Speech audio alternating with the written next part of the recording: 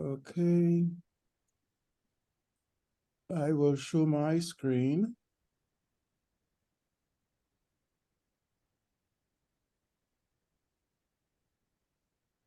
All right.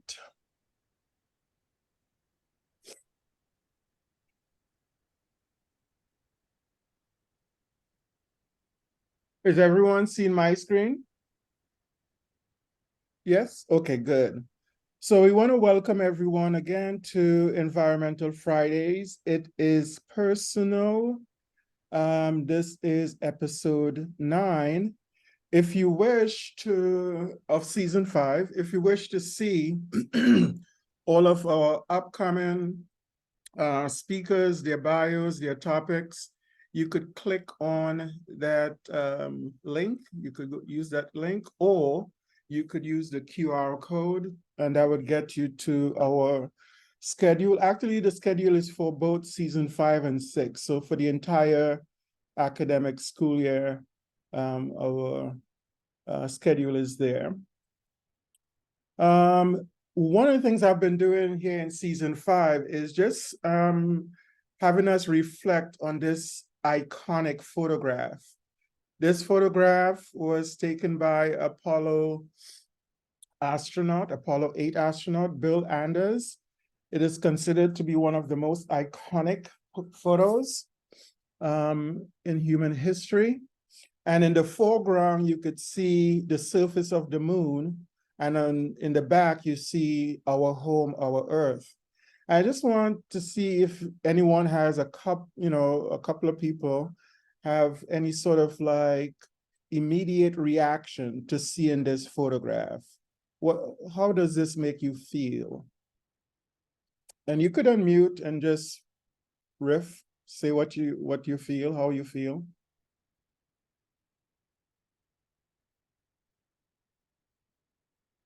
Anyone?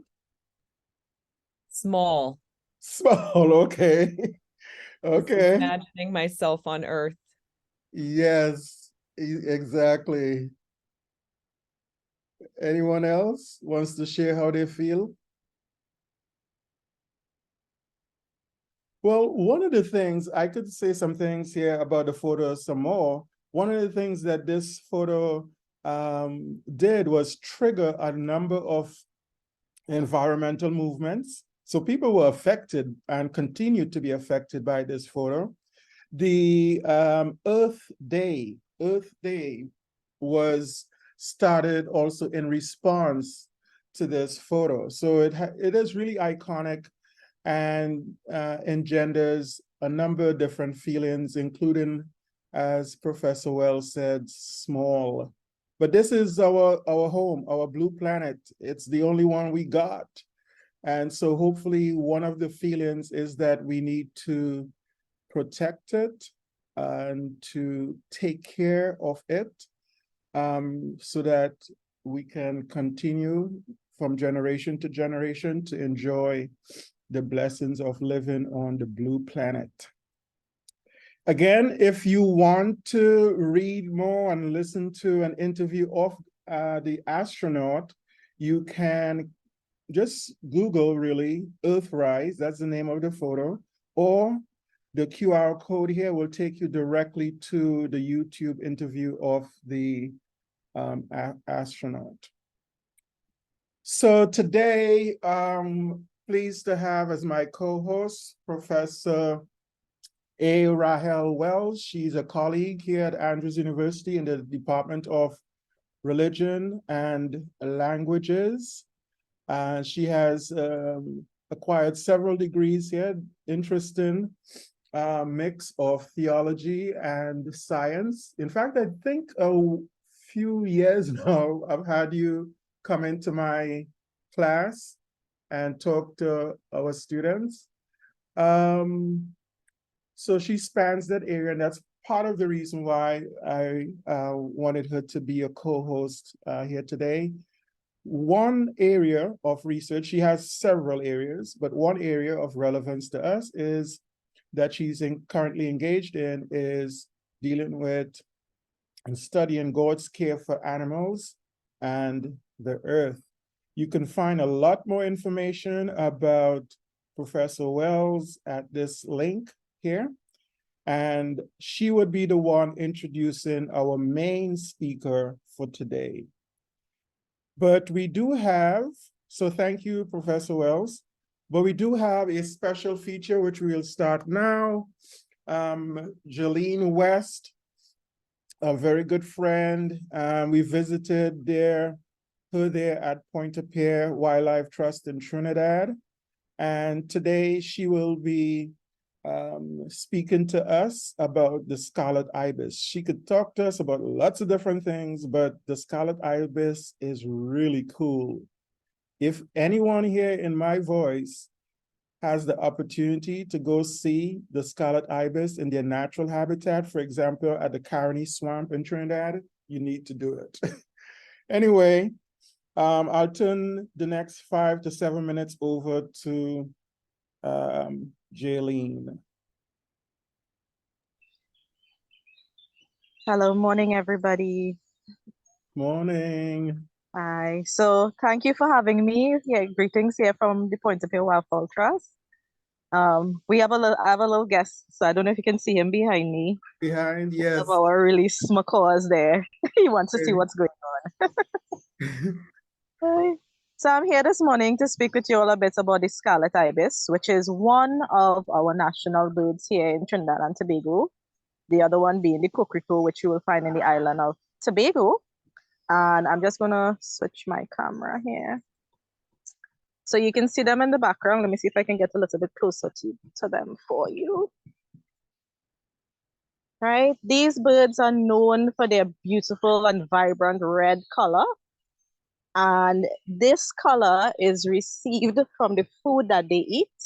They feed on crustaceans where they will get beta carotene, which gives them their beautiful red color. Now you'll notice the shape of their beak as well, which aids them in reaching in the mudflats to retrieve the crabs that they need to eat. And the reason why the Pointe-a-Pierre Wildfowl Trust have these birds here is that part of our conservation efforts are to breed them, to release them back into the wild, because throughout the years, unfortunately, they have been experiencing habitat loss.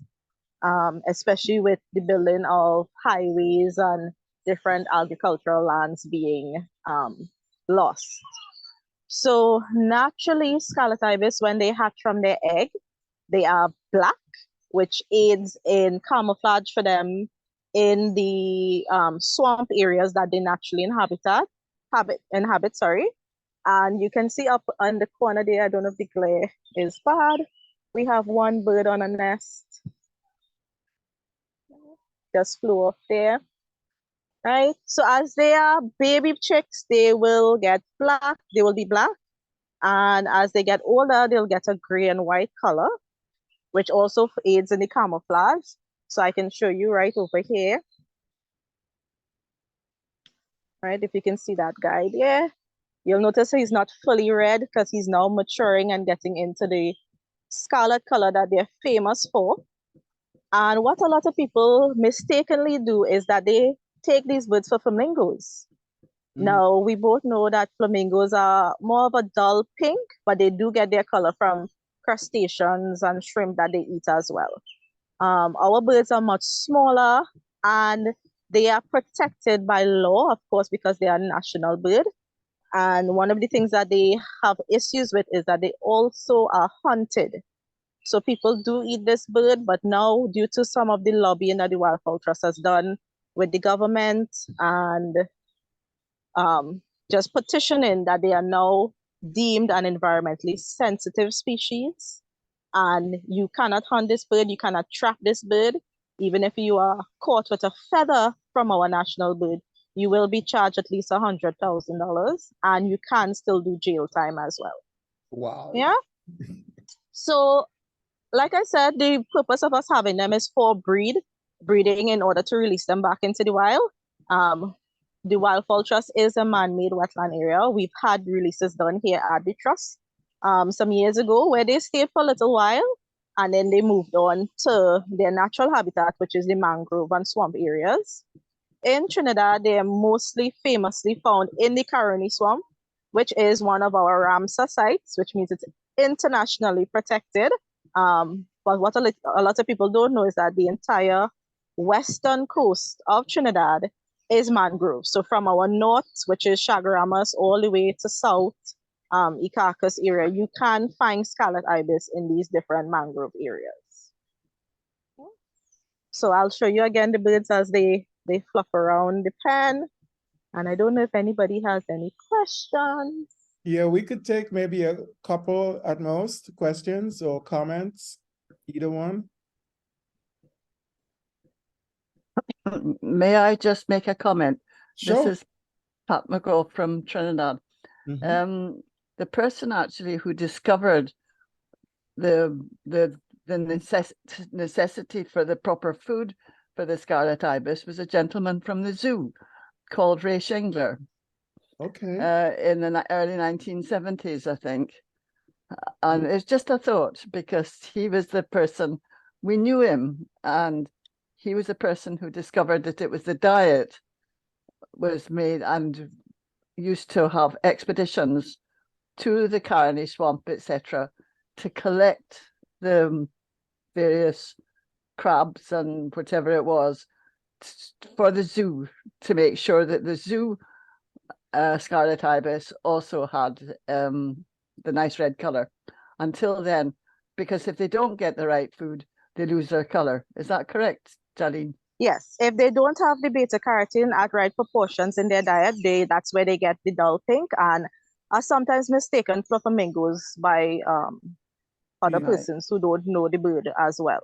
Yeah. Yeah, So and it's also necessary for their breeding process as well. So when you made reference to the zoo, you're talking specifically the Emperor Zoo in Trinidad, in Port of Spain, right? Correct. Okay. Okay. Yeah, just trying to give context to, our international audience as well. All right. So thank you so very much. Jaylene would also be doing future special features for us. And I think this No was problem. really good. Thank you so much. You're welcome. All right. So I will go back and share my screen. And hopefully you guys can see that again, my screen. So Rahel, Professor Wells, it's your turn to introduce our speaker for today, our main speaker. Yes, it is my pleasure to do so. And our main speaker is Reverend Dr. Ambrose Carroll, Sr. And he is one of the nation's premier practical theologians. So he's been in the gospel ministry for over 30 years. And he's currently the pastor of the Renewal Worship Christian Church in Oakland, California. And he graduated, he has a bunch of degrees as well from Florida Memorial University in Miami, theological degrees from Morehouse School of Religion in Atlanta, Georgia, and another theological degree from United Theological Seminary in Dayton, Ohio. He also has a Master of Business Administration from Golden Gate University in San Francisco, California. So he's married to Katrisa, and they have 3 children, Amber Marie, Ambrose Jr., and Imani Nicole. And I think what is really awesome is that why we've invited him here is because he is the founder of Green the Church, which you can see there on the slide, which is a national environmental organization for the Black church worldwide. And he was also recently appointed to sit on the National Environmental Justice Advisory Committee for the U.S. Environmental Protection Agency. So he has immense levels of training and expertise in this area. And I'm just really excited to hear what you have to share with us, Dr. Carroll. All right. Thank you. I'll stop sharing my screen. And Dr. Carroll, the time is yours. Thank you so much, Professor Wells, and you, Dr. Murray, and all gathered here today. I'm glad to be with us. Hats off to Andrews University and for this consistent, poignant, educational gathering that to me, as I look at all of the individuals coming and as we look at our world from the standpoint of science and ethics, I think it culminates in something powerful. I appreciate seeing that photograph of the planet and Earth Day and all of those things. I'm always struck with everything that has to do with moon landing because I was born in 1969. Okay. Those are all of my toys. Okay.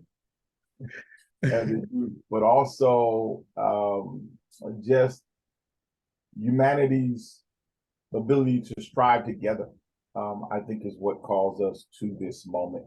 I'd like to start by playing a brief video and then I'll come back and share for the remainder of my time. And again, we are indeed glad to be here.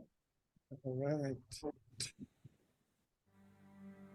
We must forever conduct our struggle on the high plane. O Lord my God, when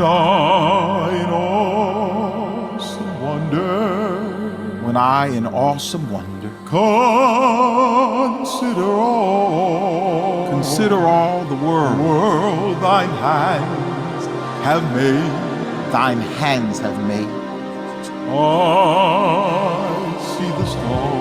I see the stars, and I hear the rolling thunder.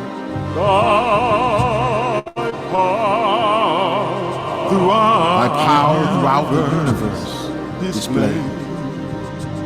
Every hill and mountain will be made low, the rough places will be made plain, and the crooked places will be made straight, and the glory of the Lord will be revealed in all flesh. The word is, beloved, that the world is facing environmental catastrophe. The climate is changing, and we're destroying it. If we continue to live how we are living, as if we have infinite resources, and as if we can use this world up and find another one to live on, we are in for a rude awakening. Climate change is disproportionately affecting minority communities. Black children have the highest rates of asthma. Specifically, you have a lot of food deserts, so you have individuals who don't have access to healthy food. Ecological issues, environmental issues affect us just as closely. We just aren't able to recognize it because we assume that it's more of a national or global issue. We don't think it's as big of an issue as dead black bodies, but we're not necessarily connecting the dots that environmental issues are contributing to dead black bodies. Reality is that the church has always been for us the major agent for community change. We recognize that there is a connection with mass incarceration and poverty and education and voting rights, and that the environmental movement, eco-justice, is at the center of those things. Genesis 1:26 says that God gave us dominion. The Christian story is about recycling, isn't it?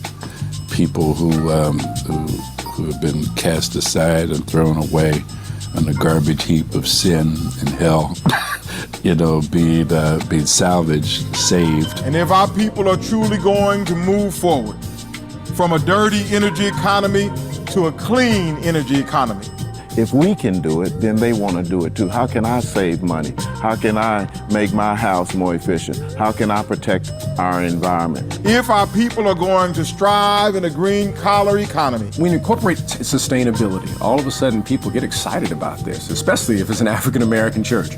One that creates jobs that are pathways out of poverty, then the church must set the example and the church must lead the way.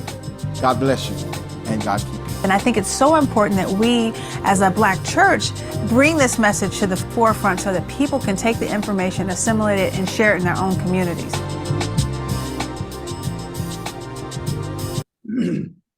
That is powerful, man. That is so powerful. Wow. Let's see now. Fine.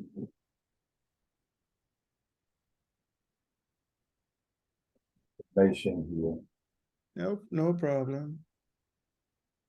We all used to this with Zoom. Indeed.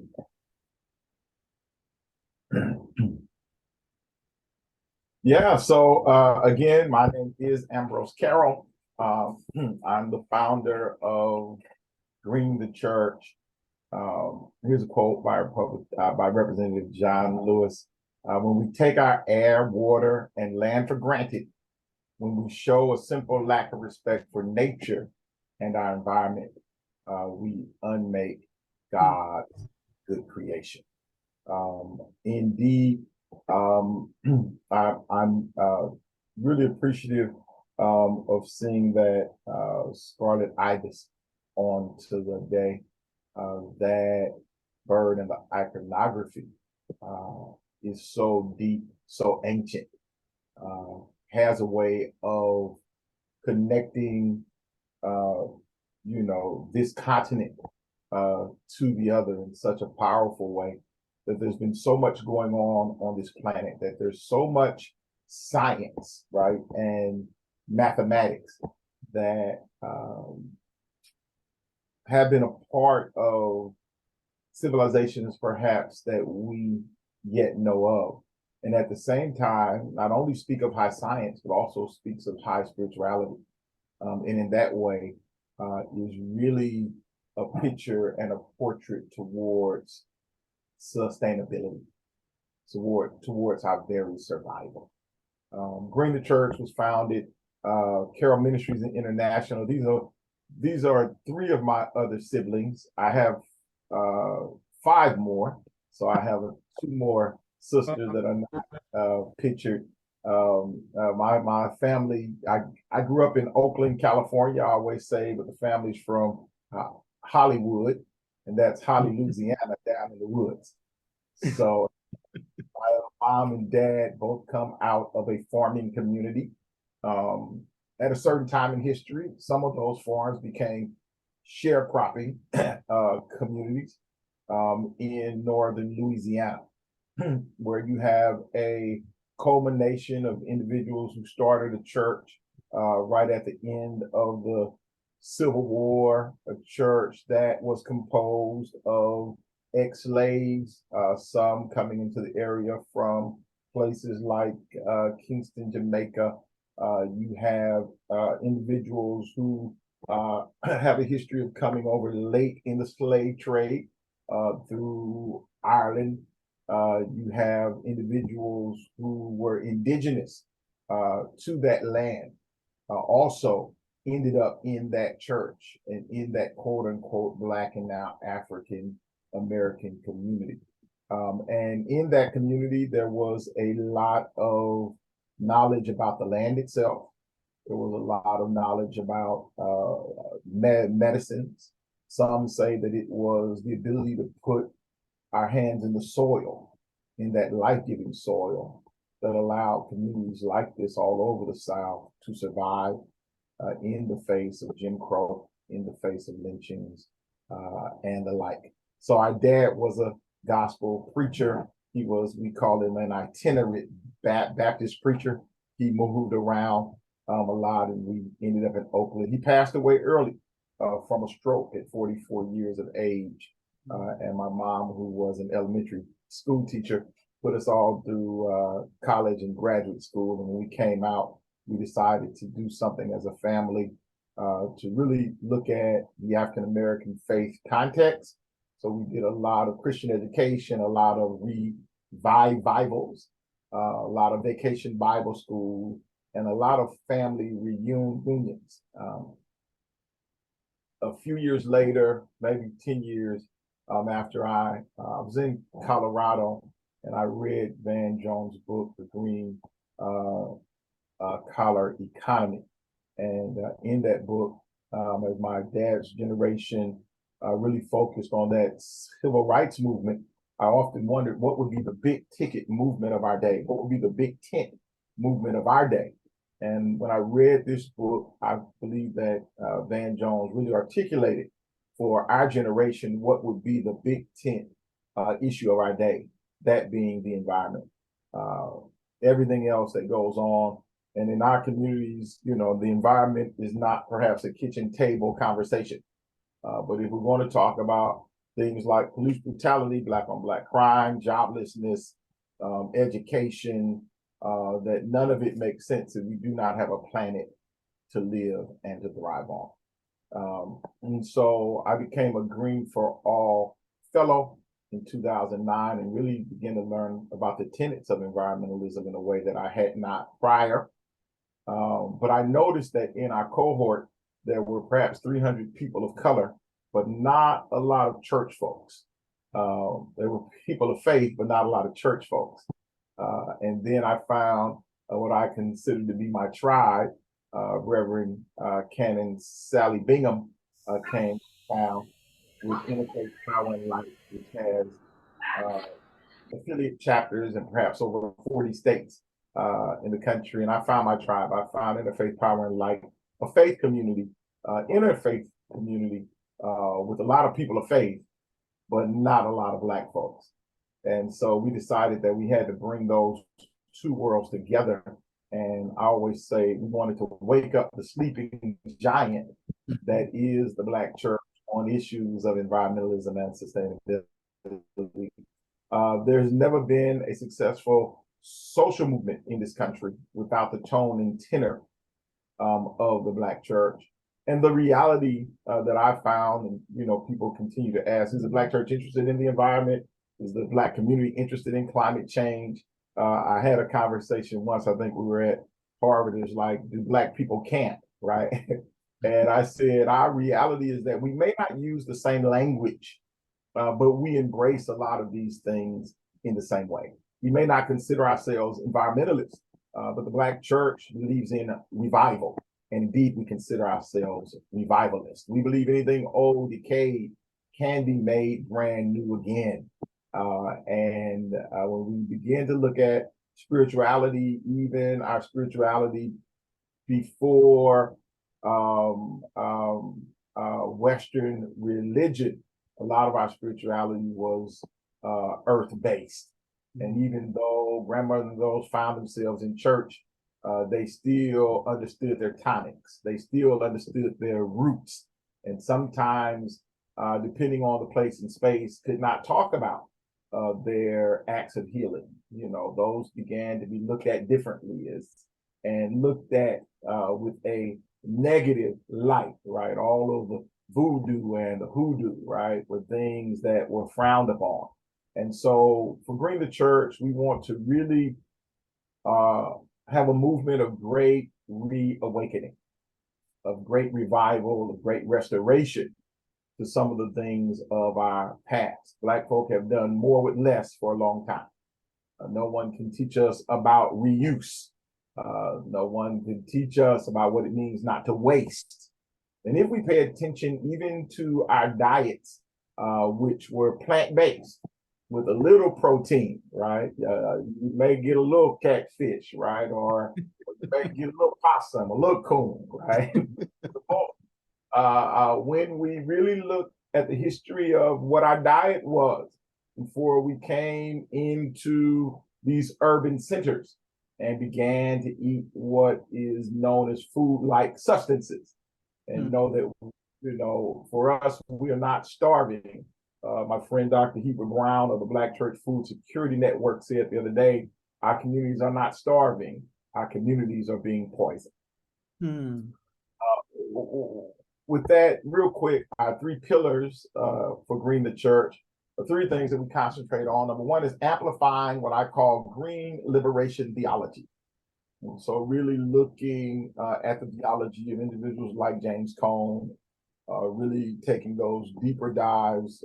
Raphael Warnock writes a book entitled The Divided Mind of the Black Church, noting that for some of our communities, we're still not far from the slave Bibles that we were handed, and that our theology is one that still takes us away from land. Our musicology still connects to songs like This World Ain't My Home, right? That we are leaving this place, like this wretched earth, our experience has been an experience of torment. And so salvation is to live outside of the body and outside of the planet. And so, but then there is a more liberative theology, right, that embraces this planet as paradisio, this planet as the creation of God, that allows us the ability not to have power over and dominance over, but responsibility to cultivate the very planet itself. And so these are the two pieces that we deal with. We really spend a lot of time with some of our African-American historic African-American seminaries like the Morehouse School of Religion, the ITC, Howard, and also with our other sister theological institutions in the country. We want to make sure that the things that we learn there translate and we can begin to talk about it in the local parish. Oftentimes, the deep theological studies that we have don't necessarily get to the church down the street. And then we want to make sure that we're promoting sustainable practices. We want to make sure, let me say one more thing about that. Even in our music, gospel music, in our Bible studies, in our vacation Bible schools, making sure that that planet cultivation, making sure this revivalist theology is a part of the conversation. And then we want to talk about promoting sustainable practices, in that sustainable practices run the gamut. We're pretty holistic between building efficiency, renewable energy. We call it God in nature, making sure that the church goes outdoors, making sure that you see us in our national parks, local and regional parks, having conversations about wellness and health, both physical and mental, environmental justice, of course, and advocacy. All of these are sustainable practices. We're doing a big push right now on, we are creating revenue generating microgrids. So right now in California, we have a $2 million project at one of our local churches where the church is doing solar, EV charging, and battery storage. And then that church will sell EV charging. They have fast chargers that they can profit on in the area that they live in. Will make revenue upwards to $200,000 a year on EV charging. So we try to make sure that the church, the physical church, is empowered. And then building power for political and economic change, which is a part of leaning into industry and also advocating nationally. All right, I think I've covered a lot of these things. Our vision to be the largest repository and catalyst for the environmental and sustainability movement for the Black church community worldwide. Our company values, I talk about it sometimes as care, other times as race, but resilience, Afrocentricity. Sometimes I'm leaning into this notion of what it means to be an Aboriginal culture, right? So resilience, Afrocentricity, courage, and empowerment. Over the years, we've had national summits from Chicago, Illinois, at the Trinity United Church of Christ, Oakland, California. We've been in Charlotte, North Carolina, St. Louis, Missouri, and other places, really bringing the Black church community together, but at the same time in community with all others. Every time we come together, it is always interdenominational. We've had support from organizations like the U.S. Green Building Council, of course, Interfaith Power and Light, the Conference of National Black Churches, San Francisco Foundation, Green Faith, our friends, and many others. And I've gone over these pieces already, amplifying green, liberation theology, and others. This gets into some of how churches can participate and play a part. That seems to be my time. how churches can participate. We want to make sure that we have free memberships for congregations, and we want those churches to develop green teams. We believe that every church that has an usher board should have a green team. Every church that has a praise team should have a green team.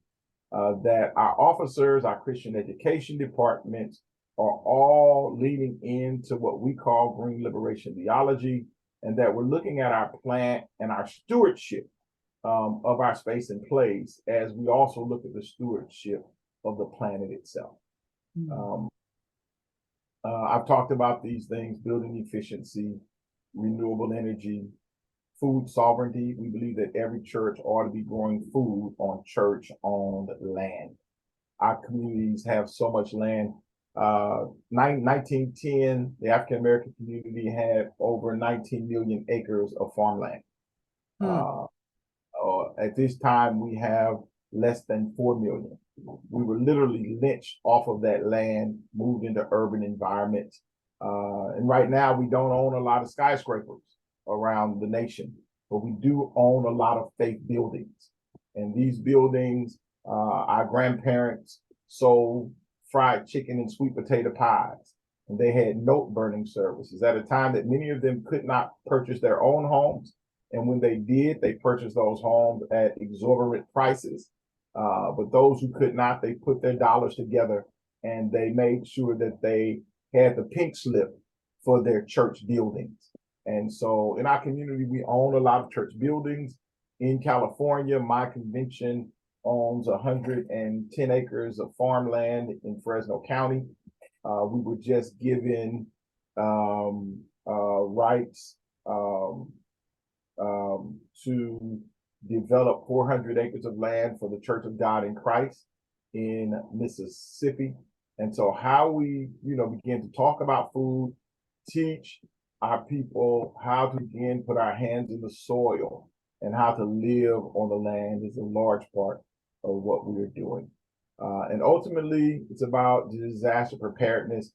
As our churches have become microgrids, we want to make sure that in times of destruction, when our communities experiences the ravages of climate change, that when the lights go out, that we still have power. We want to make sure that our churches can be powered. And with our microgrids, we have bi-directional EV chargers, so that even if we begin to run out of battery storage, we can bring in cars and vehicles, plug them up, and power the church through the EV charging station. We want to make sure that we can have hospitalization, that we can still have clean water, and that we can still have lights in times of destruction, because people come to the church in times of distress.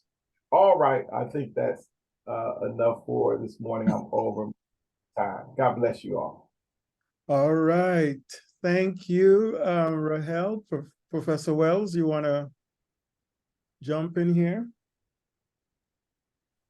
Yes, thank you so much. I'm really excited. I think this is such a important thing. Is so often it's just scholars and scientists talking about this, right? But how do we bridge that gap to help everyone see how important this is, right? And I think that's what you're doing. And it's really amazing because you've got a lot of really awesome ideas and connections and ways to help people see how important it is. And so when it becomes meaningful to you personally, that's when people are willing to act, right? And that's what you're doing, and able to make those connections where a lot of people aren't looking there, and they're just bemoaning the fact that no one cares about the earth. But like, how do we make people care? How can we help them realize it really does affect them?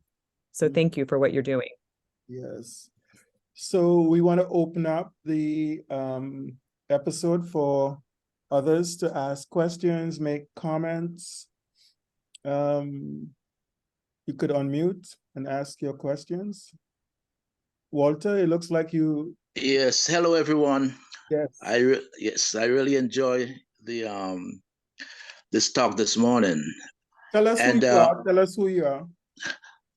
Okay. Yes. I'm Walter Simmons. I'm a I'm a professor of economics. I'm also a dean of a business school in Ohio here, and I sit at many boards. I specialize in economic development, sustainability. So listening to this talk, I have two comments to make. That one, the agricultural part, that's a problem in developing countries. After so many years of agriculture not being economically rewarding to Black folks, the challenge is to get them to do agriculture, make agriculture meaningful, make agriculture more scientific, make agriculture more profitable, more efficient. If we can close those barriers, then the challenge continues, because for the most part, we know what the methods are, the technology is there. I mean, I visit countries like Israel where they grow bananas in the desert, and we have fertile lands all over. And so it's the system, it's the psychology of it all, how we think. I'm treasurer at my church. We have gardens, we have, like you said, we have land, but no one wants to commit to those things. So we have to teach our people. And I believe, for me, I start with my youths. Eighth grade, that's where I start teaching them financial literacy and teaching them about because the old folks, I don't know. I'm just being. I start with the youths. We have to start somewhere, and I like what he's doing, but I concentrate on the youths, a new generation of people thinking differently, thinking about soil science and those type of stuff, and letting them know how. But I really admire what he's doing. We need to brand it. We need to sell it. We need to make people know that it's profitable, because if there is no profit and economic benefit from it, my brother, it takes a little bit more, and we know that it's so. That's my general comment. Is I like this. I'm going to promote it at my church too, because I'm the treasurer at my church. I'm from the Allegheny West Conference. We have a big congregation. So that's something I'm gonna get some more information and try to scale it as much as I can. Good. Please. We could get you connected definitely with Reverend Carroll and bring the church. We'll definitely get that connection. I'll get the information from you, Desmond. Okay. The green team's idea is really cool, man. The green team's idea. Yeah. I like it. I love it. Yep. If I can say, a part of what I found is a lot of what we do from in the School of Theology. We talked about Christian education, but also church administration. And I really think we found ourselves leaning not just on the pastor for these things. All of these things, if we do not have the participation of the trustees or the elders boards or those individuals who make decisions for the buildings, right, and our space, if we do not build up the trust and begin to highlight the fact that you do have elders at congregations that are making decisions about, putting some funding into the land for food, and understanding how that connects. So I really take my hat off to you for your service to the congregation, and note that where Green the Church has been most successful, it is that when we have been in relationships. We were able to connect. Tesla gave a church in Oakland, California, $1 million worth of work. They put $700,000 worth of solar on the church, and they paid $300,000 so the church could have a new roof that hold the solar, right? Wow. But that project would not have worked if it was not for the tireless work of those trustees who had to work hand in hand with the Tesla engineers. They had to give them time and space to have what they needed and to do it in a way that made sense for that board. So again, hats off to you and all of those who take the time to labor for their congregation as laity. I just want to make one more point, because I mean, you're so right on point, because I'm the chair of my school board here in Cleveland, and that's what we do. There are a lot of governmental, non-governmental organizations there. Sometimes the problem is not money, you know, my friend, is our ability to tap into those things. People are always willing to help if we have a good plan and we have people that can execute it. So you're right on target. There is a lot of money out there, you know, right. but we have to be organized and know how to put it to good use. The harvest is plenteous, but the labor.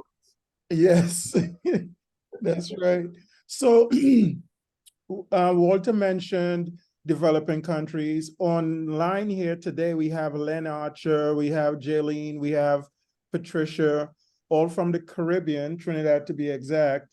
So my question is, how could, you said that this is, worldwide, how could we start that, and what sort of connections have you started to develop outside of the US for Green the Church? Thank you so much for asking. Right now, we are working with one organization in Ghana. It's called the Green Republic. Young man, first name is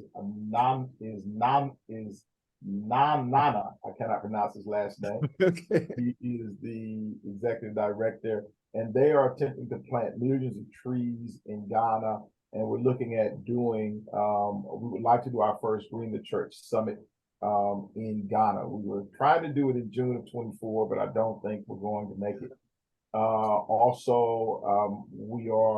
So I'm a part of something called the Atlantic Fellows for Racial Equity. So over the last 3 years, we've been able to fly to Taiwan. My cohort is a cohort that works with individuals from, and it's all kind of based in educational centers. So my cohort is connected with Columbia University in New York and the Mandela Institute in South Africa. And so we, exchange so that we can do this work from the grassroots level and begin to make connections internationally. We've also been to Ireland. We talked about brain health, and that cohort is a cohort that focuses on brain health, right? But it really focuses on trauma and how people deal with trauma. And we were there representing the Black church. Others were talking about migrant camps and things that are going on in the world, and what people in these very stressful areas have to do in order to hold mental capacity. And so they talk about the arts and music and dance in these camps. And so for us, we went over because, being in urban environments where we're facing a lot of death, destruction, shootings, the Black church has offered a lot of that for years, right? Like it is the place that you go to for music, for art, that we've been building and doing these things as a way of survival. And so to have those conversations. And so it has really just opened up a world for us. And there is an environmental cohort. And right now, I think internationally, there's probably about 500 people in this. And I think it's going to go to about 1,000. So that we have, people in different parts of the world. So our desire is definitely to be in as many places on the African continent. I'm a graduate of Florida Memorial College in Miami and have a lot of relationships in the Caribbean. And so in the Bahamas and other places, we're having, discussions about how to kind of do this work. And when we talk about the Black church, of course, you're talking about many things, whether it is Episcopalian or Catholic or Presbyterian or African spiritual practices. All of those pieces are opening up, and we're trying to find ways to be in good dialogue across the board. That's where we are currently. So I think, is he still here? Len, I wanted to put Len on the spot. Len Archer is the provost at the University of the Southern Caribbean. And so he has some influence there. Len, what do you think from what you've heard so far? Is he still there? You could unmute. Well, while we wait on Len, anybody else has comments or questions? I have another question. Go ahead. I have another question, if you would, yes. Dr. Carroll. This is maybe more of a personal question, but I think, I am totally on board with all of these things. I just recently put solar panels on my house. I'm trying to do as many things as possible personally, but I also see, when I tell people in my church, because I'm trying to also, influence in my own little church, right. But there's just total disinterest, right? And I've tried all sorts of tactics.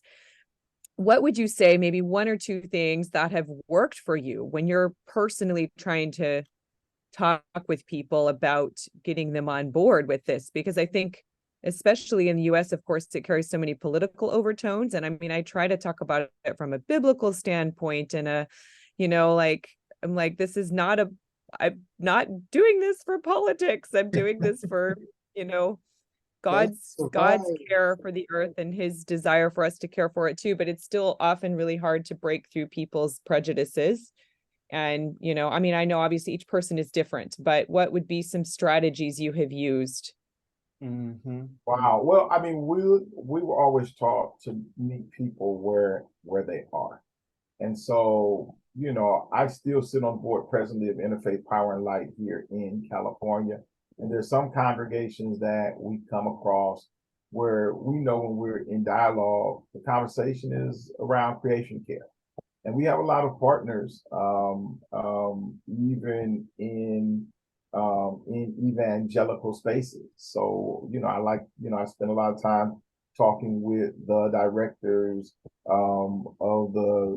there's a group of young people that operate in colleges, but they are evangelical, but they are for creation care and the planet.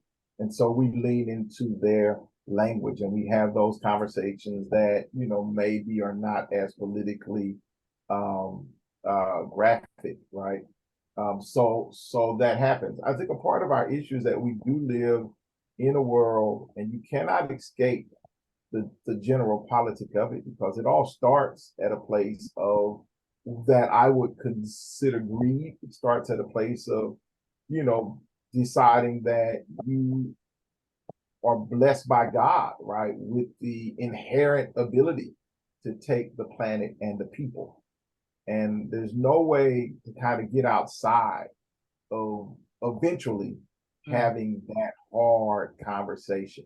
I think, one thing is around culpability, right? Like how people feel about these things and how we go into these places of guilt and allow these places of guilt to shut us down. Mm-hmm. As an American having these conversations, I'm going to tell you this, I know I'm at time, but we were having this conversation, between, American folk in the cohort and people from South Africa. And someone from South Africa said, well, capitalism is destroying everything. Maybe we're just going to have to shut everything down. And everybody's going to have to be poor for a minute until we figure out a way for everybody to live. And there was a sister there from the Bronx. And she was like, oh, heck no, I'm not being poor. I'm working hard. And so there is the great divide. Like we're all here to hold these things. And also, again, I just talked about the cohort that I'm in and the fact, that all of the diesel fuel that I'm using going all around the world, right? Mm-hmm. That we're culpable. We see people in mining fields, little children mining cobalt, right? Put in our cell phones. Mm-hmm. So none of us, can escape the reality of being culpable in all of these things. And at the same time, we still have to come to the table. And I think by being honest about that and about broaching that may allow others who find themselves in places of privilege, and that privilege being challenged by conversations of equity and real theological, pieces We changed theology a lot. This week someone said on a post, "Thou shalt not kill," and someone else said, "Well, the real translation of that is thou shalt not murder," right? Which means it's all right to do war, right? At this point, God is all right with that. So now the translation has changed, right? So we have to, really. Oh, my timer's gone off twice. so we have to really do that work. I think from a practical standpoint, because people ask me, how do you get people motivated and moving?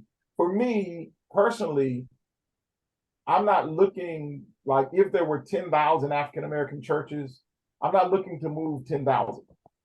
I'm looking to talk to the 1% that get it. Because if I can talk to the 1% that get it, we can build up enough gravitas, enough gravity to begin to pull others in. And so honestly, I don't spend a lot of time strategizing how to change the minds because, media, politics, everything is so strong. But how can we find the people to begin doing the work? The reality even of the civil rights movement of the 1960s, and I've been to a lot of churches, and when everybody tells it, everybody was at the march. Everybody at the march. It wasn't at the march. That's right. And listen, my father was what you call a jack man. That means he was a part of the National Baptist Convention, and the president of that convention was Dr. Jackson of Chicago. And Dr. Jackson of Chicago always said Martin King was wrong in his timing, that he was young, and that there were some other things that we were already doing. And so everybody was not with King. Nope. And so everybody's not going to be with the movement. And everybody's not, But if we can find the individuals who are ready to move, we can do substantive work. And so something that something that Professor Simmons also said, I think bears on that question, because the point he was making, and he could elaborate, is that people need to see economic benefit. So if you could convince people at your local church that using solar panels is going to reduce their cost and other things like that, that's a way, right, Walter? Yes, indeed. I mean, you have to, because that's the reality, because that's like our speaker is saying, that's the competition we face. Capitalism brings a lot of immediate benefit, immediate gratification. Right. It may not be sustainable on many levels, but people think now. And you tell me to change my behavior, what's in it for me? What's in it for society, and so on. So we have to go down that road. Amen. Amen. I found that to be very true. And right now, for the Black church, because of the infrastructure bill and the IRA, there's $69 million that is earmarked for Justice 40, which means that in all of our marginalized spaces and places across the spectrum of federal government agencies, there is funding. And so for us, it's really about making sure that we are knowledgeable, making sure that our 501c3 status is up, making sure that we have the technical assistance that we need to access these funds, because if we don't, those funds will not be used by our communities. And so for us, it's, how do we understand not only what the Department of Energy has in terms of grants, but what does the USDA have, right? And how do we access it? What do we want? We have to get an understanding of what do we want from NASA, right? NASA has funding that's earmarked that should come to our communities. What do we have for AmeriCorps, right? What do we have for the Department of the Interior? Because right now we should be at the door. Martin King said, we're coming to collect our check. The reality is, right, that right now there is economic benefit. The window may only be open for a brief time. But right now it's about how do we get in front right now, today, yesterday, for our congregations in this nation to show up at the front door and say, we have what we need to access these fundings for the good, with a very ethical and clean way. So that's our work. Yeah. So we probably get into the end here. We do have another question about collaboration, which is, I'm assuming you are also reaching out to the Native American environmental community, because both on a philosophical level, they have the same affinity to earth-based, natural, and so on. So are you looking at that space too? Yeah, so I mean, we were in Minnesota January of year before last, fighting against big oil with our Native American brothers and sisters. I think, again, language, knowledge, we are the same people, right? In a lot of instances, historically, we are the same people who've been tending the earth and tending the planet a lot of times together. I think recent years, how we talk about us as being so vastly different is also something that we have to really get to and look at. One thing, when I was there, they were saying we are all treaty people, right? That they were talking about the treaties that the nation had. And so you had the Native Americans, it's a treaty, and the white folk, we're treaty people. And I was like, all right, am I a treaty person? Like, where am I on the spectrum, right? So then, where's my conversation about land? Yes. So the answer is yes. And again, when we, every time we have these conversations, everything that we do, we want to make sure that it's multi-ethnic. That's our power. Our power is in the notion of the beloved community, that we are working out the beloved community. But at a, really talking about, which is why my language shifts not so much from the Afrocentric, but from the Aboriginal. And we begin to look at through the lens of what it means to be Aboriginal and indigenous. Because when we have those conversations, then people can come out of these fake notions of whiteness and blackness. And we begin to talk about all of our earth-based ancestry, right? And we can lead on those Aboriginal ancestral planes, right? That we can talk about, right? What it means to be from what part of the land and our experiences on that land that have a lot of similarities. So. Yes, very good. It's the blue planet, humanity, all inclusive. Yes. Exactly. All right. We can go on, but we all have other things to do. So we want to thank you so very much for really inspiring. I definitely want to get a copy of that video, that 3.5-minute video. Yeah. It's all on YouTube. Yeah. Okay. I'll put it on my social media outlets too. That was really inspirational. The essence of what you're doing, what you represent, it's really inspirational, motivational, and I hope people take away from this something that they could specifically do, because as we said, you are a practical theologian. Trying to be very practical. Listen, you can also join us with the Believe. So there's free congregational membership you can find on the site, but we also have individual memberships as well.